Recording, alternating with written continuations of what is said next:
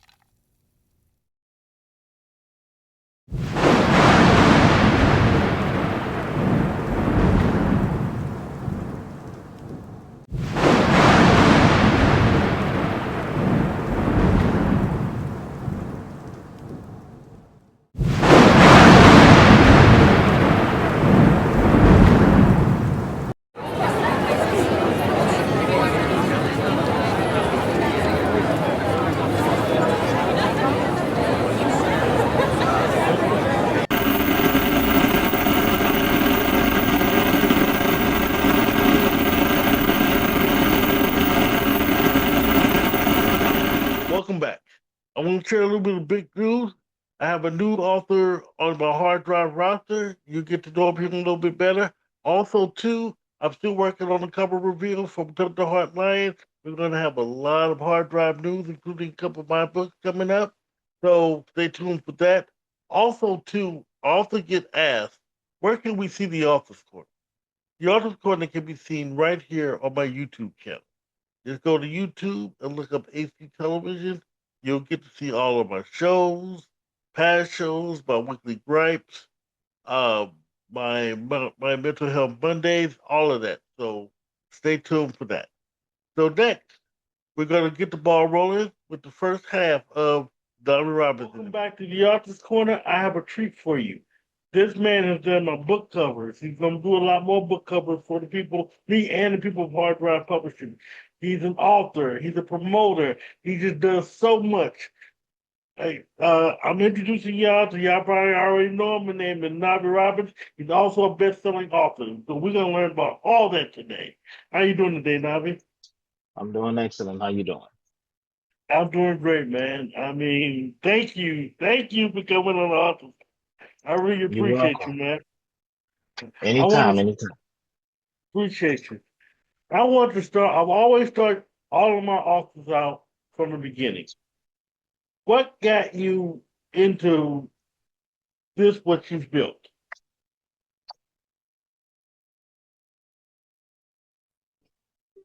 I started um writing music actually. I started writing songs. And from the songs, it just progressed to writing poetry, and then it just went to writing books. Um, and I haven't looked back since. I've always had a love for writing and actually reading at first. I was young when I started reading books I had no business reading. I was like 5 or 6 years old reading Stephen King, and, because my mom was a horror movie fanatic when she was a young mother. And I just fell in love with reading.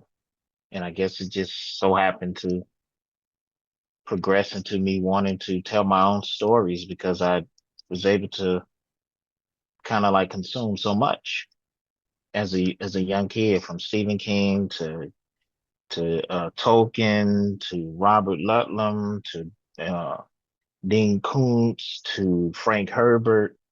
It was just to Sidney Sheldon. It was just Maya Angelou, Toni Morrison. It just kept going and going and going.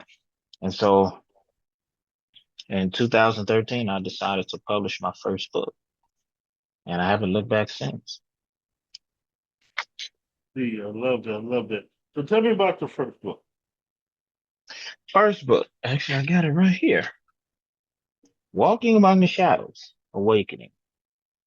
It is a young adult um, paranormal um, book, and it took me 2 years to finish it. It was my first book. It took me 2 years to finish it, and I wanted to tell the story that was so unique, and that's why it took me 2 years, about a young man who finds out that he is a member of a supernatural group of beings, and the only person willing to tell him about it is a person that should be trying to kill him.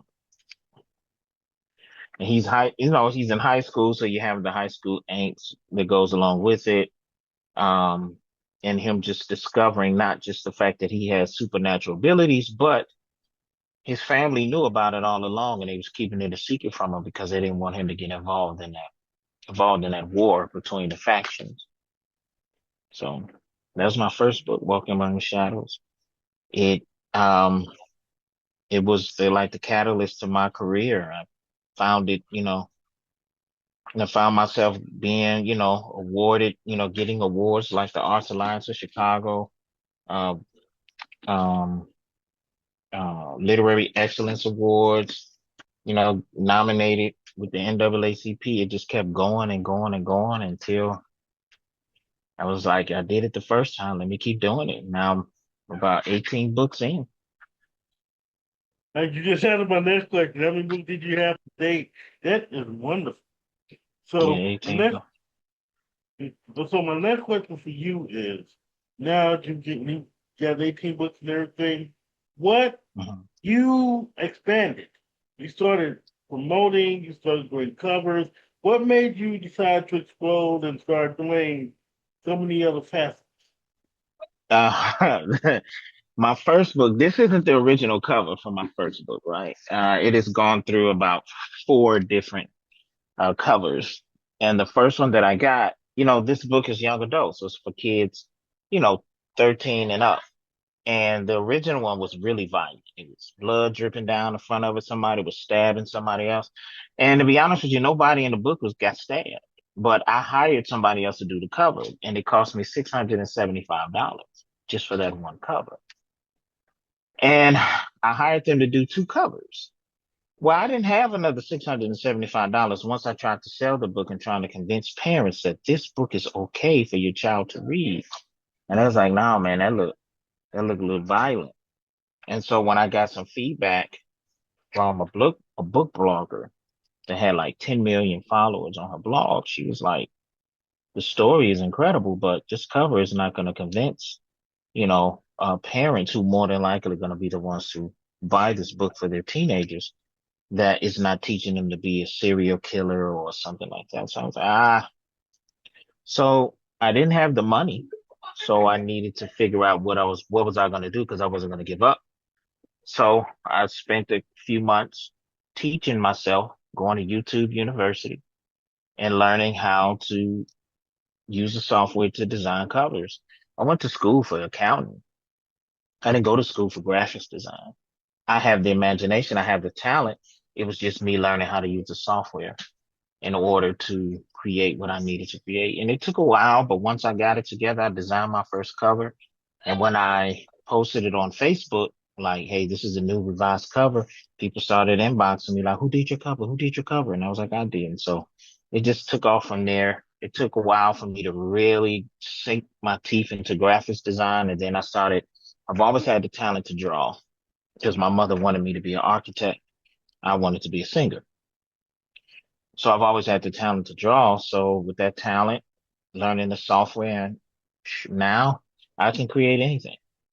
I can create whatever it is that you want. I got you. So that's what happened. And then also too, as an independent author, you do need to branch out a little bit to try to bring in some income because it can be a slow burn trying to be a full-time author, trying to make enough money to take care of yourself and your family. So it just made sense that I have this talent. I might as well get paid for it. Well, I'll tell you this: you are an example of what we need to do as authors, especially independent authors. We grind. We must grind every single day. Hmm. And I try to tell people that with everyday grind, you can't just stop at one thing and just sit back. What do you do for people who what type of advice do you give for people as far as grinding every day to make you get from A to B? Mm. I I tell them a lot of times, say, hey, you wrote the book. Are you waiting for somebody else to make you successful, or are you going to be the one to make yourself successful? Because nobody else is going to do it for you. Just because you upload it on Amazon doesn't mean that they're going to buy it. You have to figure out what are you trying to get out of this? Are you just trying to, if you're someone who just want to say to the world that I wrote a book and that's it, then hey, upload it and go about your business. But if you're trying to make money, you're trying to become immortal to where your works far extend your own lifespan, you got to get out here and hustle. Because I promise you, if you hustle and you do the work, you will find the success. You will find this. I mean, you might not be successful as Stephen King because those are once in a lifetime success stories, but you never know. You could be, but you will never know if you sit on your hands and do nothing. You can't trust these big corporations like Amazon or Facebook or any of these other places to actually promote for you. You have to grind. You have to figure out your target audience, what gets them excited, what gets them engaged, what type of stories your target audience like to tell. And I also tell them to branch out. Don't just stick to one genre. Diversify your voice. It's important because you may think that you are an excellent urban lit author and come to find out that you are much better as a fantasy author or romance or science fiction or horror. You just never know until you push yourself to write in different genres. So Because my next, some of these, go ahead, I'm sorry. no, no, you good. No, I'm just gonna ask, as a creative, what inspires? Me, one of the things that inspires me is to see people's or hear people's reaction to some of the things that I create. Like if I decide to do a trailer for a book, I want to see how people are going to respond to this trailer, how they're going to respond to this cover, how they're going to respond to this little snippet of this book, because that is exciting to me because then it lets me know either I'm on the right track or I need to do something else. And I'm always looking to learn. So, and I know as an independent author, promoting is the hardest. It is the hardest thing because for the most part, the only place that you'll have access to promote yourself in the most economical way would be social media. But as a black author, and I'm quite sure many black authors can attest to this, black content is suppressed. It is suppressed. It's bad. It's really bad, you know. Now if you're a black author and you posting a bunch of celebrity drama, oh, your post will get, 21,000 shares and 50,000 likes. But when what you're trying to promote will enrich you, will expand your brand and get you noticed by mainstream readers and mainstream, shoppers and things like that. They need you to pay. Even if you do pay, their content is still not getting the what it's supposed to get. You go on and invest, $10 a day, $20 a day. Yeah. See, because of that, and yeah, I fully agree. Because of that, and even if you work twice as hard, you got to work Mhm. twice that in order to at Yes, you do. least get somewhere.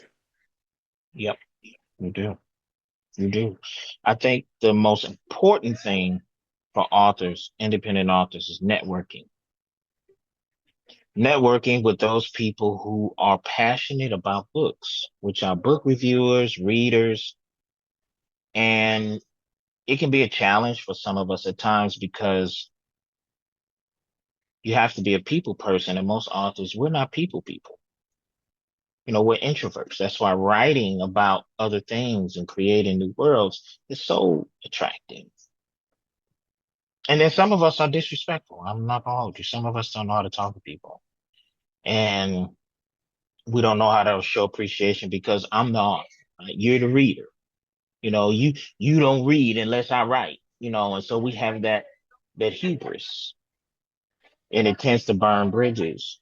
Um, so with social media doing what it does to suppress black people's content organically, you have to go through those people who are passionate about reading, the book bloggers and reviewers, the book talkers, the book clubs, and you're gonna have to be a people person. You're gonna have to be patient, respectful, and you're gonna have to speak up, and let them know. Take a chance at times. For example, I took a chance. There's a book blogger. Um, she has over 1 million followers across all of her social media platforms.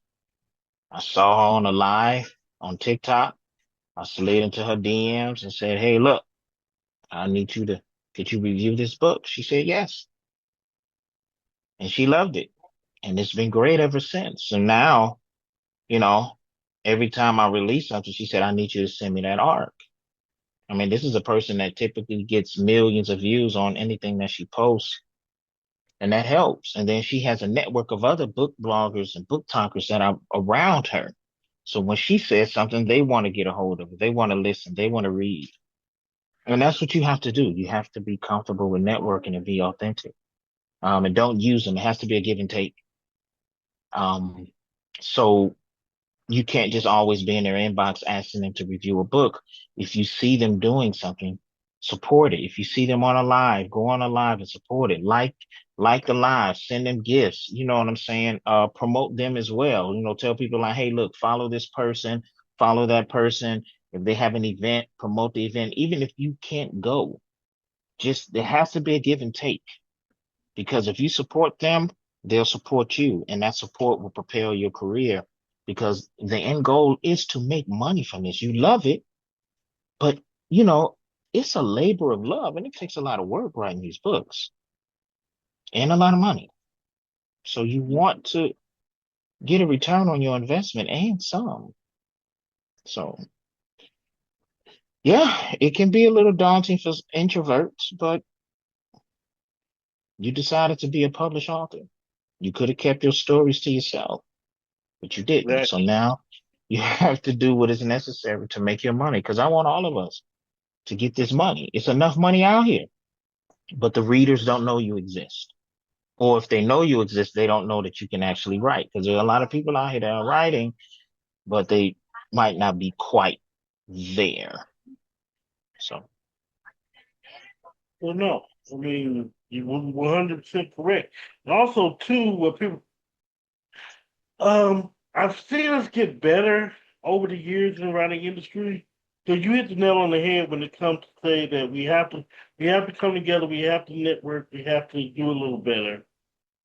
In the beginning, I did see a lot of, shall I say, not as fact as because we are introverts. I've mhm. seen some of the negativity where jealousy. I guess is what I want to call it. Jealousy. Yeah. among some authors to Yeah. where I don't even have to come out and I'll tell people, hey, we're trying to all get to the same place. We all, I mean, what the hell? So, well, what is your take on that? I don't understand. I don't understand jealousy. To be honest with you. My love language is servitude, to be of service. It is. It's always been my love language. Anyone that has ever reached out to me or asked me for advice, asked me for help, they will tell you, like, I'm thorough with my help. I don't ask to be compensated unless you ask me to do a service. Now, I'm not doing no book covers and stuff like that for free. So don't think about, don't do that. But if you come and say, man, now if I need some help, I need an idea for a book, I got you. Man, Navi, can you tell me where I can promote my book? I got you. Navi, I need somebody to review my book. I can't find any reviewers or what do they call them? Proofreaders and stuff like that. I got you. No compensation. I'm not going to ask you. And I'm going to give you advice and give you information that is pertinent and current and useful because I'm not in competition with anybody but myself. I know how talented I am as a writer, as a designer, as a promoter, as a business owner. I don't really need to be worrying about what other people do. I like to see other people successful. It's actually an inspiration for me, right? So if an author came in after me and I look up and after a couple of years, they didn't took off. I'm giving you a round of applause. Now I'm not going to try to ride on your jet stream. I'm not going to do that. But your success is inspiring me to push further because now I know it is possible. The more of us that break that ceiling of Well, obscurity, well, wait a minute. the I don't mean to more. cut you off. I don't mean to cut you off for a second, but I will say this: Mhm. if I'm writing past you and you're the reason I'm doing that, I'm sorry. I've got to at least take you on the ride with me. I can't just do that. You I just say, know, and "Well, thank you," then I'm uh, gone. yeah, it's a rare thing for people to do that, and I don't expect it because I didn't help the individual because I hope that they become more successful than me and make my rise to the top easier. It's not an expectation for me. If they do it, I'm extremely appreciative. But I'm not doing it because if I help you, you scratch my back and I'll scratch yours because that's just not how humans operate. Like you said, jealousy, right? And insecurity. Because some people, they take your advice and they use it and it propels them to success and they don't want to reach back because they are afraid this was the person that gave me the advice. If I pull them up, they're going to get better than me because they were already better than me. I just got the luck. I came up on a lit. I got it was a luck of the draw, a happenstance meeting. Somebody saw my post, 1 in a million opportunity, and I feel like if I bring them up with me, they're going to notice because we suffer. I think jealousy within the Black literary industry comes from imposter syndrome. A lot of us feel because systemically as Black people, we are socially engineered to believe that we aren't enough, that we're lazy, we're not talented enough, everyone else is better than us. And so we have this imposter syndrome or survivor's remorse where we become extremely successful or we find ourselves in success and we feel like at any minute it could be taken from us. And so we hoard and we kick people away. We do anything to sabotage other people's careers. Um, and I've seen it. It's very weird to me in an author space because we're not movie stars. As an author, you're not going to really be on the red carpet. You know, you can be wealthy and obscure. Like, unless you are a Stephen King's fan, well, he has a very unique face, but you could be a fan of his books and sit next to him on the bus and don't even know it. The writer of Harry Potter, the same way, the writer of all of these big books that became phenomenons, right? Those people are obscure. Their books are famous. The movies that came from the books are famous, but they're not. And you have to be okay with that. If you're not okay with it, you want to be famous, you as an author want to be more famous than your books, then it's probably not the industry for you. Because, I Yeah, mean, and that's why I tell people all the time: if you write books and you want the books out there, that's fine. For me, success is just people just reading my books, people hmm talking to me about my books. I am going to say this though, and I'm sorry, I'm going to sway your head up a little bit. This is the man right here. When he say book covers aren't free, he's right. But problem is for the books, his book covers are fire. I'm going to show you. I've thank you. got to do it. Sorry. I appreciate it. I appreciate it. I mean, I work extremely hard when it comes to book cover designs. And there's like this huge issue now within the industry with AI art being used for book covers. It's a very controversial topic. And for me, I'm for and against, depending on its usage. Why am I for? Because for independent authors, we don't have alternatives.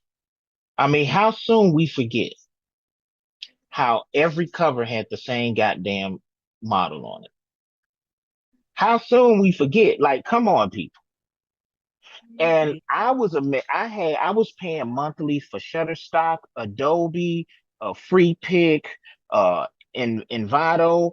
I had about 7 stock image subscriptions.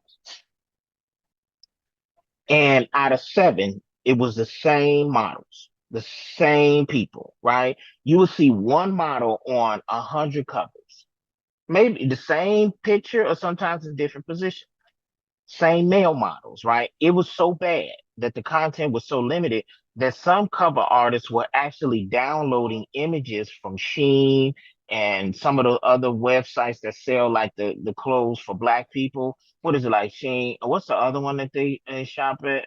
Taboo and Not Temu, the other one, the one that was um, out before the other ones. oh, You well, know what I'm talking about. But come on. yeah, so they were downloading images from models and stuff off of Google illegally. And some authors were getting sued. That's how y'all thought that these cover designers were being, and maybe some of them were because I'm not them, so I'm not going to speak on their behalf. But I can tell you that the content available for us as authors, Black authors, to use on our covers was so limited that it really pushed a lot of cover designers to do some weird stuff. And then here comes AI. And so people are saying like, hey, you taking money out of the artist's pockets. Let's be honest. Most independent authors cover art did not come from someone drawing that picture from scratch. Unless it's children's book. Now, me doing children's book illustrations, yes. But when I was designing covers, I was pulling from stock images. Right? You just going to Shutterstock, wanted to be licensed so that a person didn't have any legal issues. But at the end of the day, 80% of independent authors were pulling their images from stock websites. Not, you weren't going to artists. You weren't going to a photographer. And the amount of money that the photographers were making for those images were pennies. Pennies on the dollar. It really was not. Listen, I know. I got some images uploaded on some of those just to see. It's not a lot of money. So when I hear people have that conversation, it's like, really? For children's books, I get you. Absolutely. But when it comes to having photo realistic images on the cover and stuff like that, y'all weren't going to artists like me and saying, now I need you to draw a muscular black man and a beautiful black woman in a bikini because I'm going to charge you $1,500. I'm supposed to charge you more, but my book cover price is 150, right? And this is when I had to spend 5 or 6 days looking for images because I didn't want to reuse the model that everybody else is using. And here come AI, right? And so AI is now providing imagery unseen. Okay, let's be honest. Imagery unseen before. And some people feel a way about it, right? And I said I'm for and against because some of the imagery is not professional. Some they're just throwing stuff together. I don't agree with that. But at the same time, until such time that Shutterstock, Adobe, and FreePic and the rest of them can provide the type of imagery, representation that we're now seeing on these covers, I can't be mad about. I can't because now black independent artists, authors, our covers are looking absolutely phenomenal. The big fives, they're nervous. They're nervous about this right now because before you could point out an independent author's cover just like that. Now these covers are looking better than what the big fives are putting out. These designers are taking AI to the next level. And I can tell you because I designed for the big five, guess what? They use AI too. Ah, They do. I designed for three of them. I'm not no, gonna no. call no names, but they, yes. And I'm not just for black, I'm talking for whites too. They put specifically come and say, hey, we're not gonna do a photo shoot, Navi, but can you give us this? They do. Now they're putting out this narrative that, is tearing up the industry. Why? Because now black literature, because a book is judged by its cover. I don't care what's inside, a book will always be judged by its cover. And we have always been sitting in obscurity because our covers were not up to par. Now they're not just up to par, they are exceeding. And now here comes a narrative. We need to do something about AI. Hey, we need to do something about these stock images websites. Because I don't want independent publishing to go back to that, where it's four models and these four models are on all the covers. I don't want to go back to that. I want where we at right now. When you look at a independent author's book cover, you be like, man, that cover look like they paid $3,000 for it. I want that for us. And unfortunately, not unfortunately, fortunately, AI is doing it. And I'm just going to be honest with you. If black people don't program AI and put our thoughts and imagery as to how we see ourselves into that system, somebody else going to do it. And it's not going to be nice because I remember first getting a hold of it.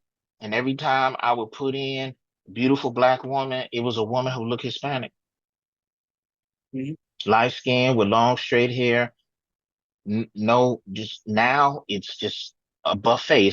It's a just beautiful. You can create anything right now.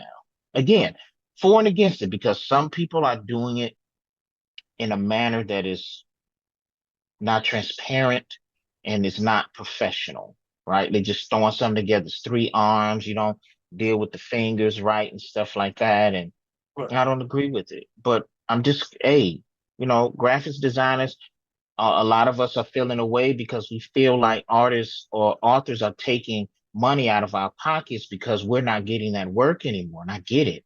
I feel you on that, right? Because yes, I don't get as many book cover design contracts that I used to get. It has reduced drastically.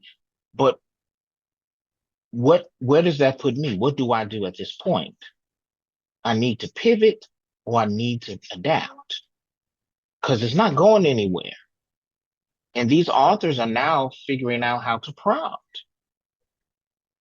And I'm not, you can shame them, but at the end of the day, the only thing that's going to do for a lot of us who are graphics designers who take pride in our work, the only thing that's going to do is going to ostracize you because your customers are the authors. So what do? Do you continue with this vein or do you learn how to prompt, but you learn how to be a phenomenal prompter to the point where the author knows that there is no way they have the talent to prompt the way that you do. And guess what? They're going to come to you and then you can charge them accordingly. That's my advice for all of us because it's not going anywhere. Black authors, independent authors that are using AI to put those images on their covers, they're not going to stop. That's all I'm saying. And I get it, for and against, but I'm not going to tell authors who have been struggling to get these covers out here that looks great because even when they come to us, they never really got exactly what they wanted. Just be honest. They never So really got exactly, they had to settle for something, somewhat of what they wanted. And if they wanted exactly what they wanted, they had to come out of pocket about $1,000. you got so much going on. How do we get to know you? How do we get to know more about you and all that you do?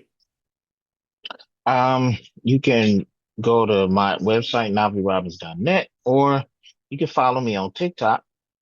I also have a reading group that I'm building up. It's called In Between the Pages with Navi Robins. And there you'll get more exclusive content there.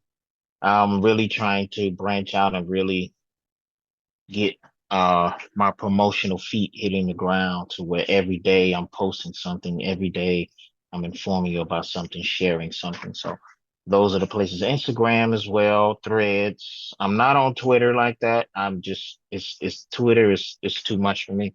Twitter feels like a Klan rally. Yes. So Yeah. I don't do I don't do Twitter like that. I only go on Twitter because there's a couple of groups that do like sales, like they give you like discount codes and stuff like that to buy things online.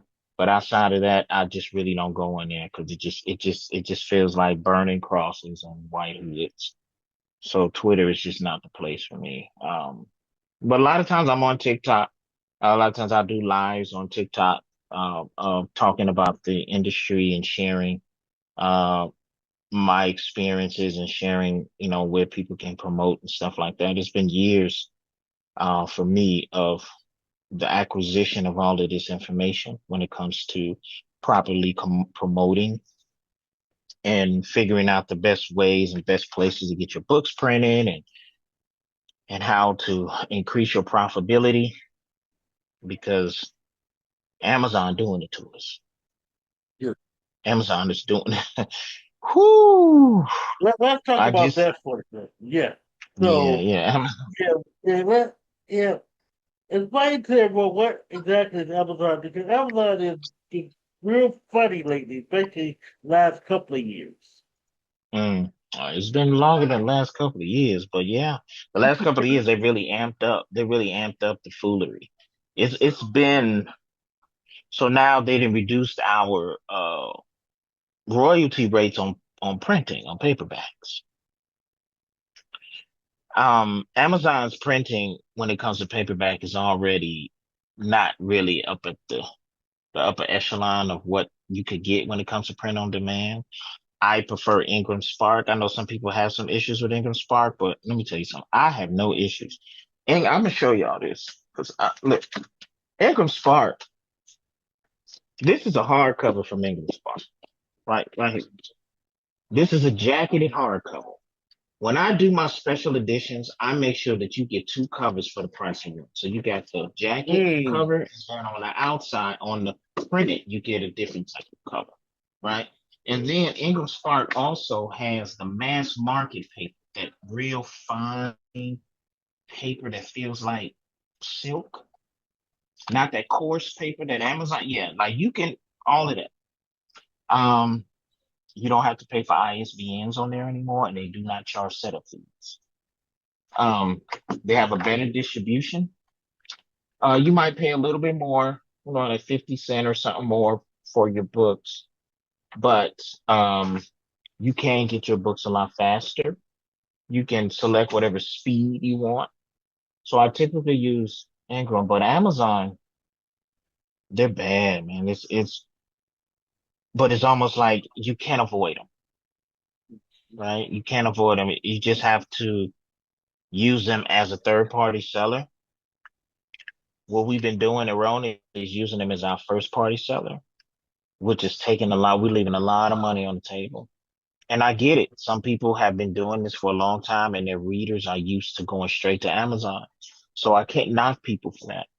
But we need to start transitioning because Amazon is getting worse every year. And I mean, like with audiobooks, if you do non-exclusive, Amazon takes 80%. I mean, 90%. Yes. I didn't If know that. you 90%.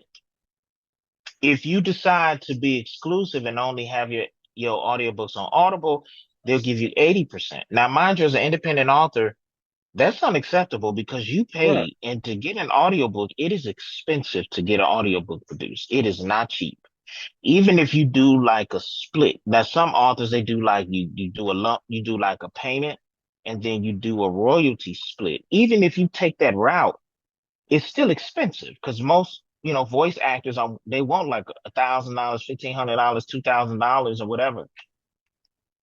And we're talking about the time factor, and then for you to upload it on Audible and for them to look at you in your face and say, "We'll give you 80% if we the only people who sell it, but if you want a non-exclusive deal, then we'll give you 90%. We'll take 90% and we'll give you 10%." And they've created the ecosystem to where you have no choice, or so we think. I think that as authors, we definitely need to pull together, especially Black authors. You need to pull together and figure out a way to reduce the negative effects that Amazon has on us. Because in the beginning, yes, they helped us. They really was, it seemed like they were really in our corner. They empowered us because no other platform was doing it. No other company was allowing independent authors a space to sell their books in such a large audience. And they came up with the Kindle Unlimited. And that was great at first because, when someone downloads the book, you got paid for the book. And then they kept changing it and changing it. Now it's pages read instead of someone downloading the book. Because first it was like they downloaded the book, you got paid. Then it was they downloaded the book, they had to read 20%. Then they downloaded the book, they had to read 50%. Then it's like, damn, all of that page is read. And now it's, 0.004 cents, less than 1 penny per page that you read. And a lot of authors, they do make a lot of money from Kindle Unlimited. I'm not gonna hold you. Some of them get like 2, 3 million pages read in a month, which equates to about, you know, 15, $16,000 a month. That's not nothing to sneeze at. Neither of that. It's not to sneeze at, so I get it. But if you got 2 million pages read a month, if you sold the equivalent of your books of that, Amazon should be sending you a payment of $60,000. Right. So 15 versus 60. That's you know what I'm saying? That's where we need to kind of figure out how we can, get our money back. Not get it because it's done. I'm talking about like kind of like figure out in the future how we can empower ourselves to retain most of the royalties, being that we are financing these book projects all on our own, all on our own. We're not getting funding from Amazon. For them to take that large of a chunk of the royalties is criminal. Like I said, that That's involves us something. coming together as a collective. You have It to. does. Hopefully one day we will. Do I see it now? I can't lie to you, not really. I'm always optimistic though that one day we get tired as independent authors, as Black independent authors. One day it's like the straw that breaks the spine of the book, and just like what, enough is enough. But until then, we're kind of divided on this topic when it comes to Kindle Unlimited and how Amazon pays us, and how some of us feel we need to take empower ourselves and take ownership of our And let me go books. on to say my newest book, Work Husband Crowd, is in his hands right now. I'm very nervous about it. I have a couple of edit jobs myself I have to do for others. As soon as I get done with those jobs, I'll get with him on it because I know I have a lot to work on with that. But it's in his hands right now, and I'm going to hire him for the cover. I mean, he does great covers, he does great editing work, and I would just suggest him 100% all over. We had this conversation on TikTok one time about, well, you're an editor. Why do you have an editor? Because authors should not edit their own work. It's almost like, well, you're biased when it's your work. I just put it like that. When it comes to your stuff, you have to always have someone else look at your stuff. When you're looking at other people's work, you're not buying. You're looking at their stuff, and that's why they do it because they know that they're buying. So that's it for that. But let me get off my high horse about editing. When we come back, we're gonna have part two of the interview with Navi Robins.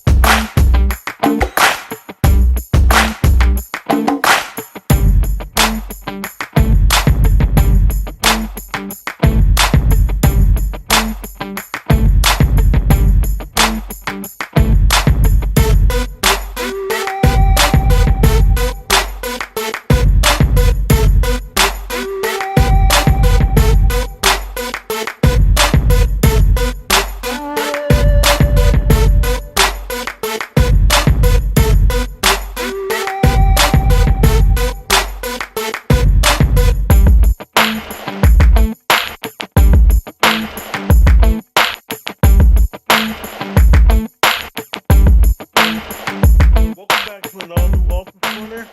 And I'm telling you, man, this interview with Navi has been so eye opening and learning a lot. And you can learn a lot too about, like I say, the industry, on how to approach AI, how to approach different things. And he's been in the industry so long to where he can teach you so many things, but you have to be open to learning things. So, without further ado, here's the conclusion of the interview.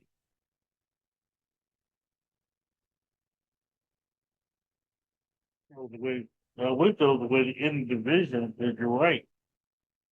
But it's gonna, like you said, it's gonna take time. It take plenty of time. Uh, So my next question for you is, what's in the future as far as books go? oh, woo! Listen, I'm on a roll. I ain't gonna hold you. Prior to me releasing the Black Lotus trilogy, my um, science fiction dystopian trilogy that's available right now, all of them. It's a completed series, so you don't have to wait.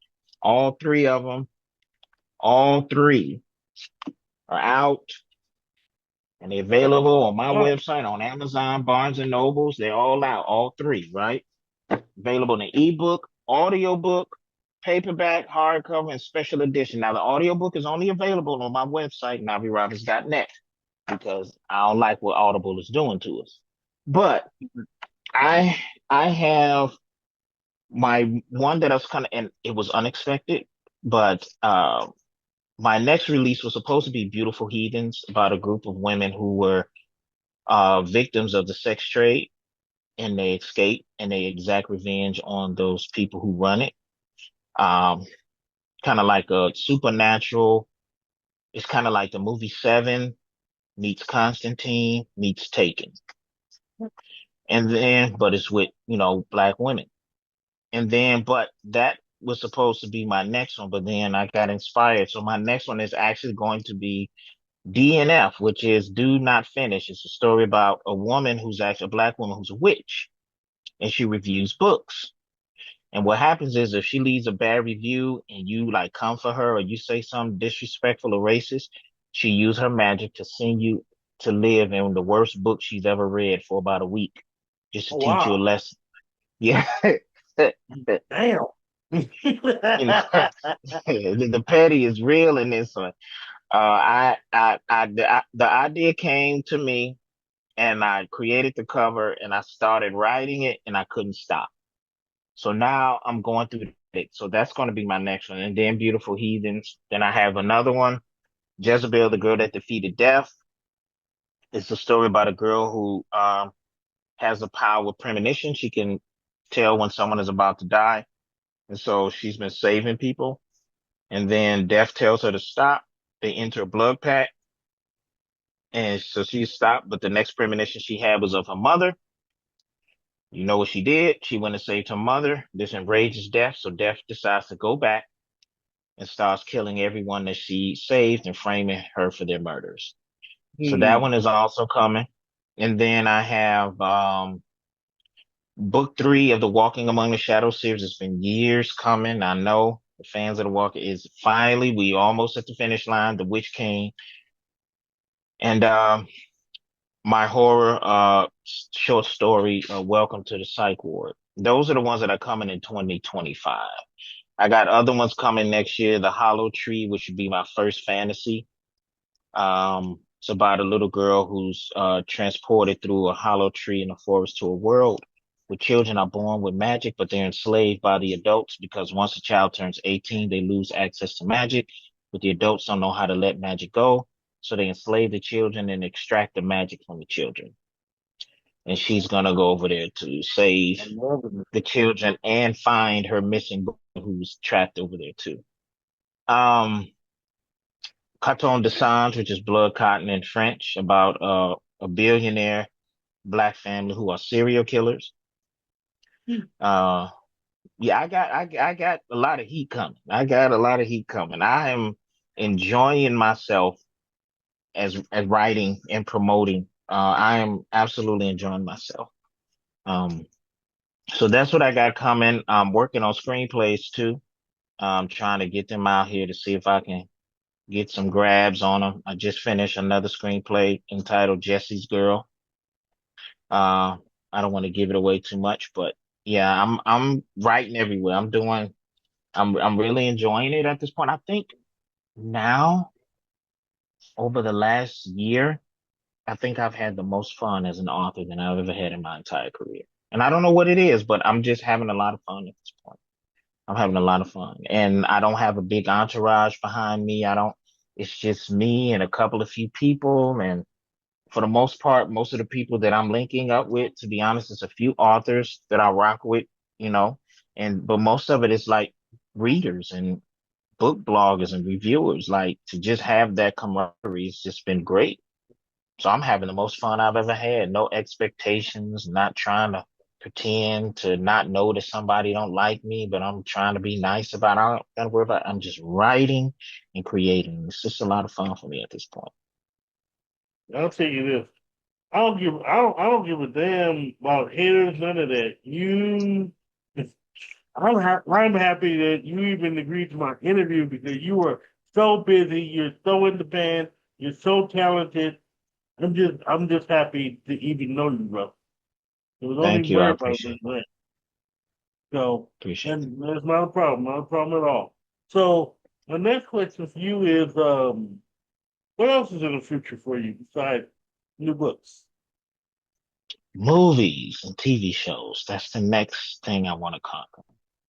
That's the next step for me. I want to see my books or just my original screenplays on the big screen. I don't care if it's Tubi, it could be Netflix, it could be Pluto, it could be whatever it is. I just want to see a visual representation of my insane imagination on a big screen. I do. That's the next thing for me. So I'm focusing on writing books, but I'm also focusing on screenplays as well. So that's the next step for me. I want to get my content on the screen somewhere. I That's want to beautiful. solidify my legacy so that when I'm no longer here, my children has a foundation to build on. I want my children to have access to a catalog even more valuable than the Lord of the Rings catalog, more valuable than the Star Wars catalog, more valuable than the Harry Potter. That's what I want to leave my children. That's what I want to leave. So I've done my job to get rid of generational poverty in my bloodline. That's why I'm at with it. Love that. So tell me more about your website. What's on your website? On my website is my books, artwork. If anyone knows, I am the creator and painter of this piece of art that went viral Yes. last year. No, it's entitled Sometimes I Told You So Just Ain't Enough. You can get laptop bags, you can get paintings, you can get mugs, blankets, pillowcases. So all of my artwork and merch is there. This shirt as well. Warning, leave black people alone. You see the guy hitting him with the chair. I got merch on there as well. You can acquire my services. Like I said, my books. If you want to hire me to do children's book illustrations, you can go on there as well. If you want to hire me to do book covers, it's a very fun website that you can go to. You can learn a little bit more about me. You can look at my portfolio. But yeah, my website is, merch, books, designs, everything that you would possibly need to, dive into some of my books or to get some of this artwork. Love it. I love. In fact, I love that. I actually, my wife asked about that, so I'm But gonna get that. yeah, they're on there. They're very affordable. I got the frame joints or just the canvas ones. Like I said, if you just want a pillow, and I got different types. Like when the plantation burned down, I painted one for that as well. That's on there as well. So I got what you need on there. I got what you need. Every branch of my talents is on there. Every branch of my talents is on there. I'm also creating a series um created with AI animation. I ain't gonna hold you. And it's just kind of like me poking fun of podcasts and red pill movement and stuff like that. So it's a bunch of just outlandish characters just saying you probably seen a few of them just saying stupid stuff and just me poking fun at the culture right now. So many people have podcasts and everybody got these outlandish mindsets and narratives and stuff like that. And it's just kind of like a comedic poking at you like, yeah, okay, men saying that they're high value while living in their mama's basement, and women saying that they only going to accept a man who earns six figures, but she don't got no job, she on unemployment, just all of the things, just poking fun at this new podcast culture because it's weird to me. It's weird, and I'm just gonna fun at it. So they're kind of like 2, maybe 3 minutes, and it's just basically these group of podcasters going back and forth at each other because they all have different viewpoints and ideas, and so they just dropping tea on each other, telling on each other, and all this other stuff. So it's a lot of fun. People are loving it so far. Um, and I am playing around with um like video AI generated videos and things like that because again, the content for Black people with Black people for us to use on these stock video websites is damn near non-existent. It is. Listen, back to it. If we had hundreds of thousands of hours a video that was dedicated to us that we could use on these stock images websites or the images if they was already existed, and here come AI, and then people are using, I'll be like, you know what? Yeah, you're right. We already got the content. What are you doing? It doesn't exist. And most of us cannot afford to pay somebody $10,000 for a 3-minute video. Most of us cannot. And then again, we're talking about settling. White authors do not have to settle. They have content at their disposal for anything they need. Gangsters, fairies, dragons, they have all of the content. They really don't have to use AI. All of the content, the images, everything. I've done cover designs for white people, a lot of cover designs for white people. And they'd be like, I need a woman riding a dragon. I'll type it in Shutterstock, and there it is. First page. Woman, dragon, riding a dragon. There it is, right there. I'm like, oh, shit. Oh, okay. But if I go like black woman riding a dragon, now we can hire a photographer and or someone else to do the image of the dragon. Now I'm going to send the author an invoice for $6,000 because you got the ship, you got the fly, you got the flew out the model, you got to buy the costume and everything, and then you're going to have someone to digitally create that dragon with the green screen so it looks like she's sitting on a dragon, but she's really. And I know how to do it because I've done it. But again, I'm going to, on the cheap side, I'm going to send you an invoice for $6,000. Do all the work. You have Yeah. So classes out and all that other stuff, of course. yeah. So I mean, how many independent authors has got $6,000 just laying around for one cover No, image? no. They don't, right? So again, for designers and creators, we don't want to be left behind. So what do you do with that? Right. Because before, and there's this thing like before AI was in fact recreating artwork that was already generated online and just repurposing it. But if you haven't been paying attention, AI isn't doing that anymore. It's not doing that anymore. It's not. Look it up. It's not doing that anymore. AI has now become so intuitive that it creates it on its own. We have Right. inputted so much information, it has scrubbed so much information on the internet. It doesn't do that anymore. That's why you have so many different outputs when you put in a prompt. It'll kick out 4 images totally different. And you can take those images and put them into Google and search, and you will not find anything remotely different, similar to it. It's not doing that anymore. It used to do it, absolutely. In the beginning, it was bad. Now, nope, doesn't. And it's scary. It is scary because that constitutes awareness. That's scary. It is scary. It is. But um they're now teaching prompting in colleges. They're having courses in colleges on teaching people how to prompt.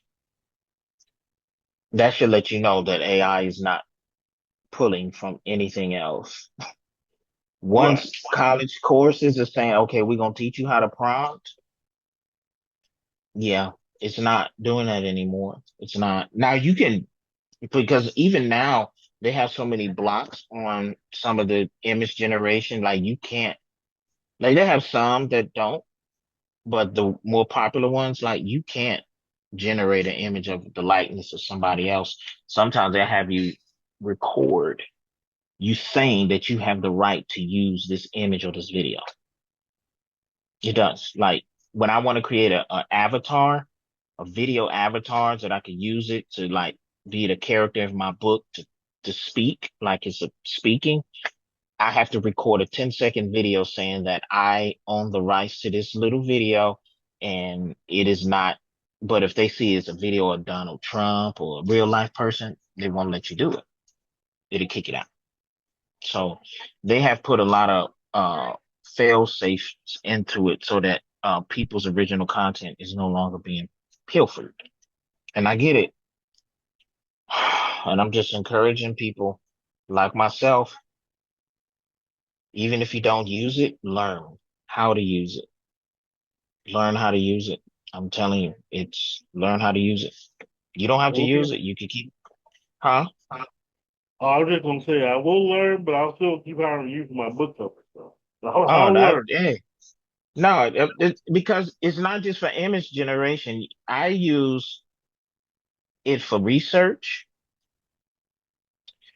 If I don't know something about witchcraft, the history of voodoo, or the history of the culture of, brujas from Central and South America, the old way was to go to Google and just go through 20, 30 different websites trying to get all this information and not really getting the correct information. Now Right. you just hit them. Hey, I need the history of this, the accurate history, whatever the lore is, and it'll give you 4 or 5 different branches, and then it'll tell you like which one you want to go on. That's for me, that's invaluable. It's not stealing anybody's content. I just like to know what I need to know without spending the next week going down a rabbit hole. And then after you spend a week going down a rabbit hole, you still get the wrong information. Right. No, I don't want to Waste do of your that. I time. say, yeah, like, Right. hey, tell me about rabbits. Drrrt. There it is. So for research purposes, absolutely. I don't use it for writing. I don't use it for editing or anything like that.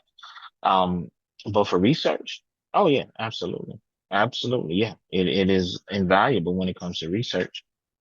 Especially if I'm doing debates, political debates, and someone says something that isn't correct, and I need to look at the stats. What is the percentages of single mothers or something like that? And then it just, there's a percentage. Hey, it's invaluable. We got to figure out as a people, because everybody else starting to adjust their business models, how they promote, how they advertise with these systems. And I just don't want us to be left behind, because then it'll be like the black record companies. It was like didn't want to deal with digital Right. music. They didn't want to deal with MP3s, and then LimeWire and the rest of them came out.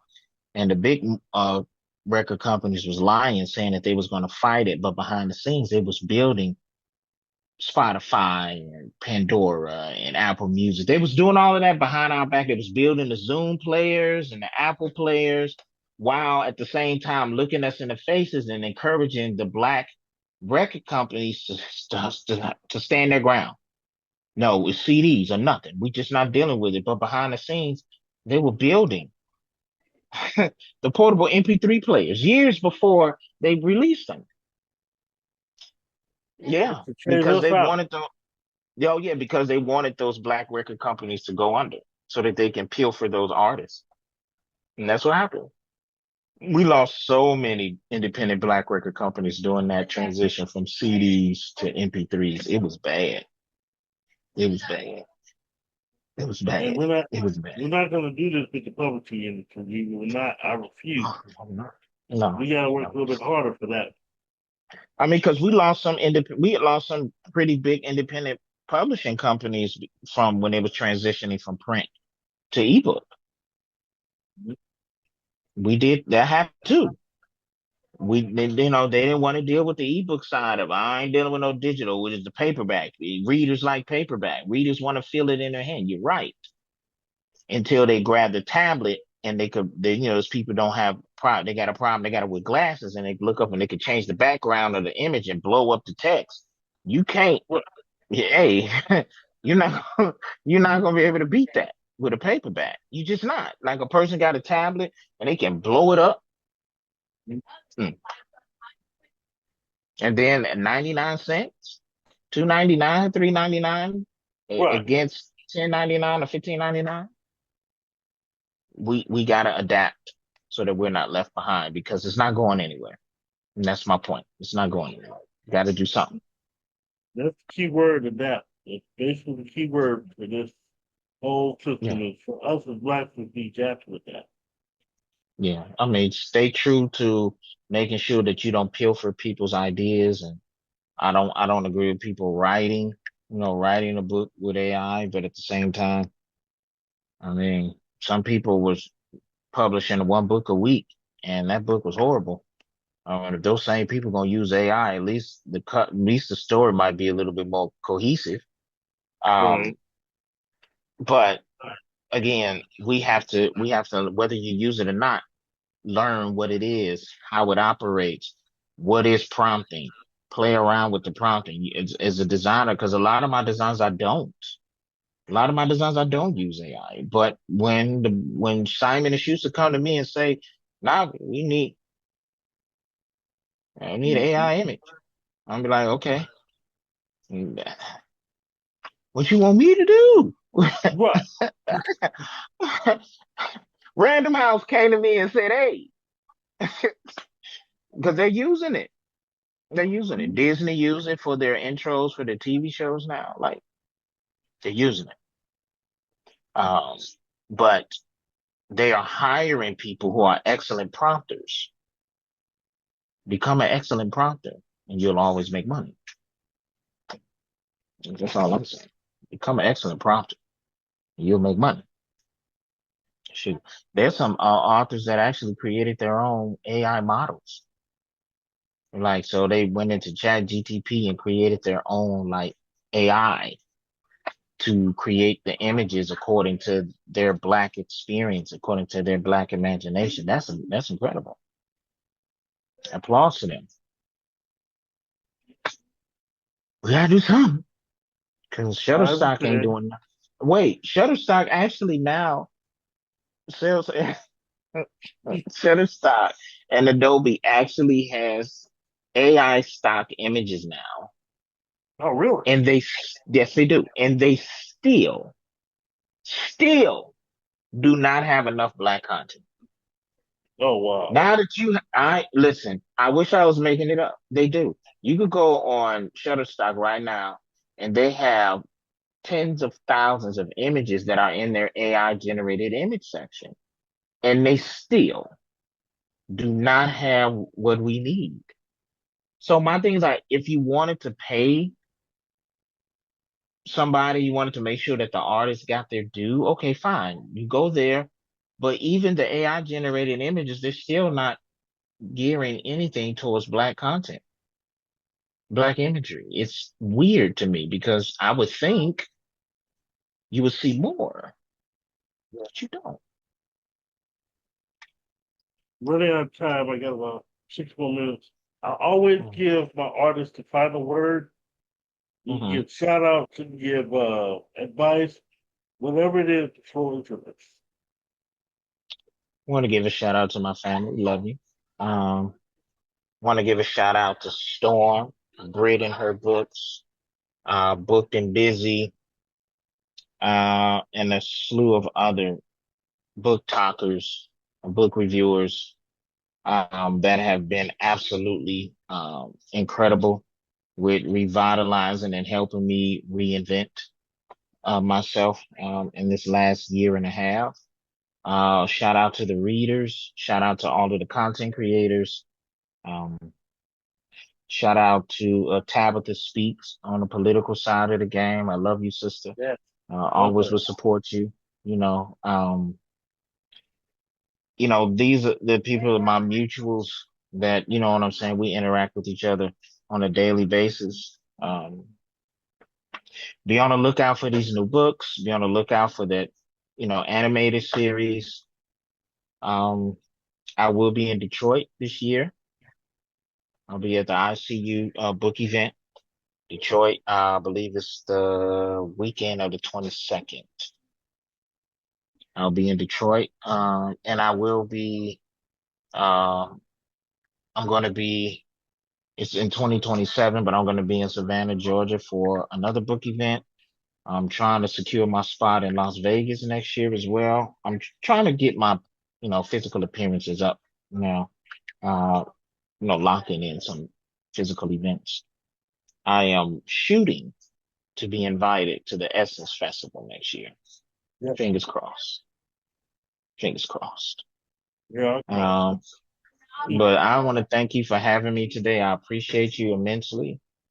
I'm humbled. Thank you so much. And you can catch Navi on Facebook, on Instagram.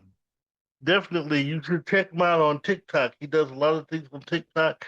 And if you want to check out his services or his book, go to NaviRobins.com. So you can catch him anywhere, and then you can always, like I say, starting in January, everyone that's been on the Office Corner this season will end up being on my HD television page, on my Facebook page. That's my Facebook page where I'll have breaking news on the industry and beyond. Anytime you want to get in contact with a former guest or buy their books, any updates on their books, it'll be on HD television. So starting in January, my HD television page will have everything dealing with past authors and any of them. So also next, coming up with my 2 cents. We'll be right back.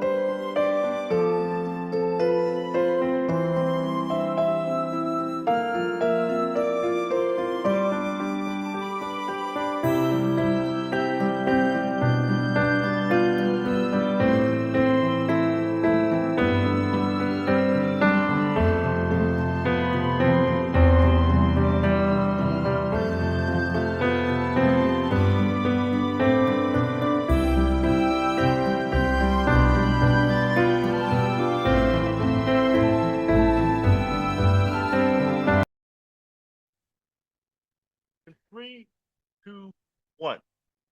Welcome to HD Two Cents. Now, I want to talk about one of my favorite things in fiction. I want to talk about character. Um, One thing you should never do, and that's let other people dictate how your character should function.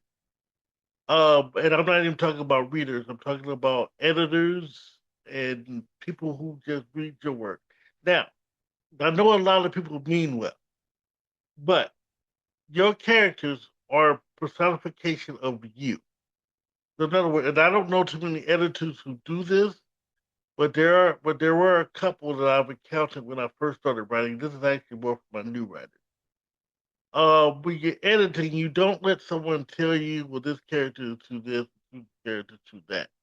Now, what I will say your character should be, just make sure all your characters are 3 dimensional. And to me, there are no such thing as minor characters.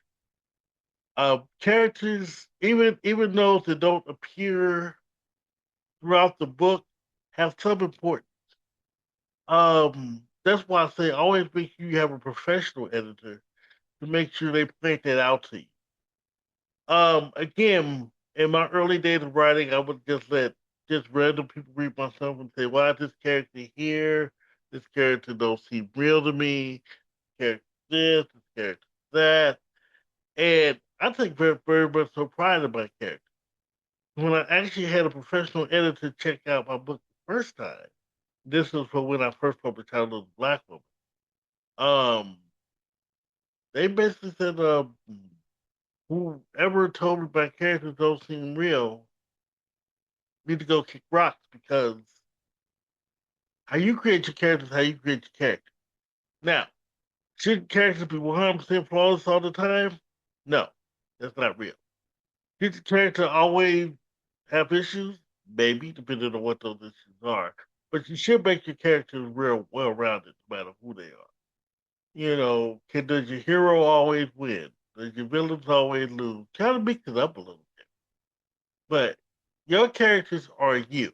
If you ever have a if you ever have a question about characters, come see me, come see another published author. Don't see, just don't go to people who aren't readers.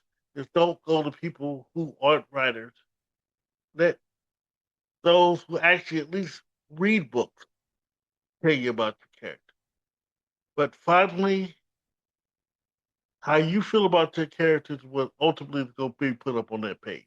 Because if me personally, that got me to the point where the character doesn't feel right unless I create. I can't have him creating a character unless that character is 100% created and cultivated by me.